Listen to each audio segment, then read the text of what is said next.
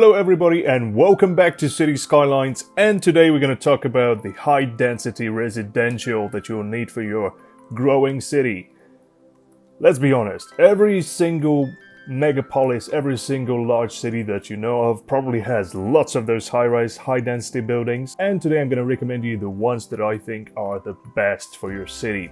And let's start with the first one being the Phoenix Tower. The Phoenix Tower is a high-density, high-rise residential building that you can find on a workshop.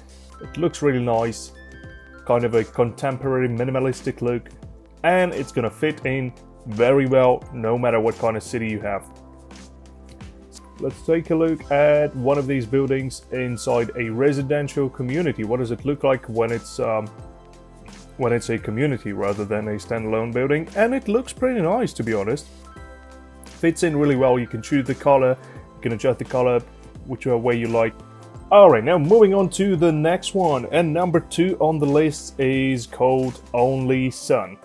Only Sun, for whatever reason, I believe it's inspired by some kind of a residential community from Kazakhstan or whatever. Anyway, looks pretty nice, and you have 4 different buildings to choose from. You have the high-rise one, you have mid-rise, and one low-rise in the middle. It's not that dense, but it looks pretty nice. You could probably make some kind of a middle-class residential community. Let's take a look at one of those inside a community. It looks pretty nice. Looks pretty nice. It doesn't look too cheap. It doesn't look too expensive. It's kind of the kind of community you would have somewhere not too far from the city center, but not inside the city center. Let's take a look at the next one. The next one is kind of a historic building. It's called Sydney Harbour Apartments. It's kind of the old looking building, not that tall. Has plenty of people inside, 12 households. Not that big, and it would probably perfectly fit within your historic city center. Let's take a look. We have area that looks just like that inside here, and it's not too bad. Especially when mixed with a little bit of low density. Looks pretty interesting. It looks classy and expensive. Something that you would probably want for your city center. Now let's take a look at the next one. The next one is an even classier and more expensive modern residential mid-rise. It's called 21 Victoria Street. You can find it on the workshop, and it has an absolutely stunning contemporary look. You can play with the colors a little bit, but that doesn't change that much. It doesn't look good in the dark color, if you ask me. If you make it something a little bit darker than white, some kind of a light gray, looks absolutely stunning. And this one would probably fit somewhere within your wealthier kind of area, the area that has really high land value, like this one inside here, right next to the park. Wealthy, affluent people would probably buy one of these. And now let's take a look at the next one. For the wealthy, affluent, sophisticated buyers, they don't have enough money to live in a mid-rise. They can go with the high-rise that's called 551 West 21st. I think it's located in Manhattan. It's designed by some kind of a famous architect. Looks pretty nice. Mixture of white and blue. It's not that dense. You can have up to 91 households, but still it's better than, when it comes to density, it's better than the Phoenix Tower we mentioned before. And let's see what do they look like inside your city. Here we have kind of not that dense of a community here, and it looks pretty good.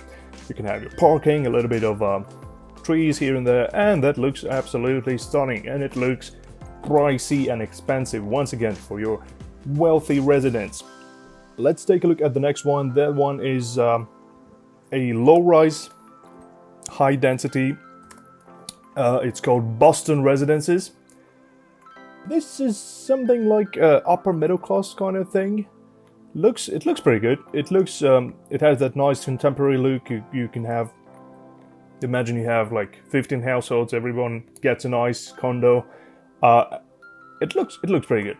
You would probably use it in some kind of area not too far from the city center again.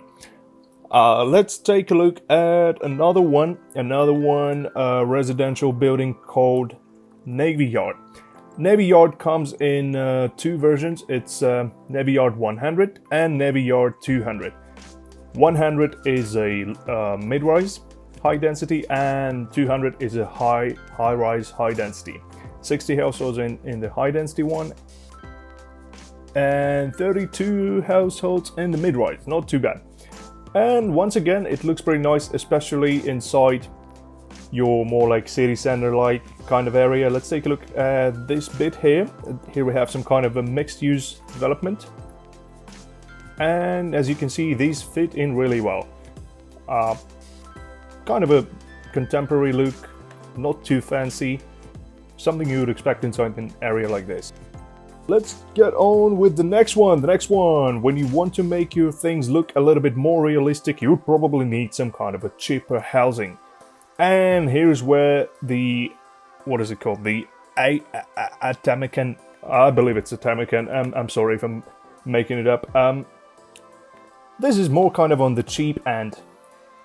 Cheap, high density, high rise building.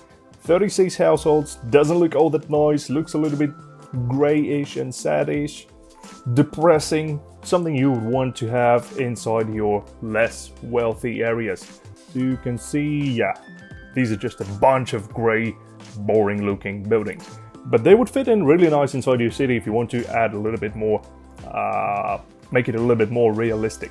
Now let's take a look at something fancy and nice again.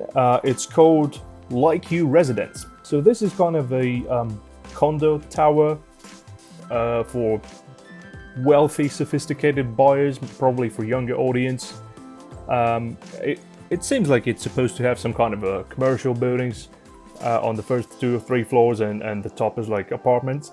68 households, doesn't look too bad. It would fit in really nice, once again, somewhere next to your sort of mixed use kind of development. Let's move on to the next one. The next one is an absolute game changer. So there's this asset on the workshop, the Chinese residential building.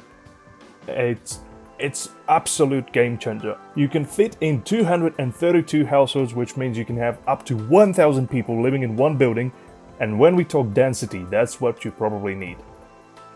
That's what I call high density. Let's take a look here. So on this side we have a whole bunch of probably badly made, poorly designed buildings. But the key point is, imagine we have like 1,000, 2,000, 3,000, 4, 5, 6, 7, 8, 9, 10, 11, up to 12,000 on such a tiny piece of land. 12,000 people living here. Now that's what I call high density. And it doesn't look too bad. I mean, it's not the prettiest looking residential building, but it still looks okay. And I think it's pretty much it for today. Thank you so much for watching. Don't forget to destroy that like button, subscribe and leave a comment, and I will see you in the next one.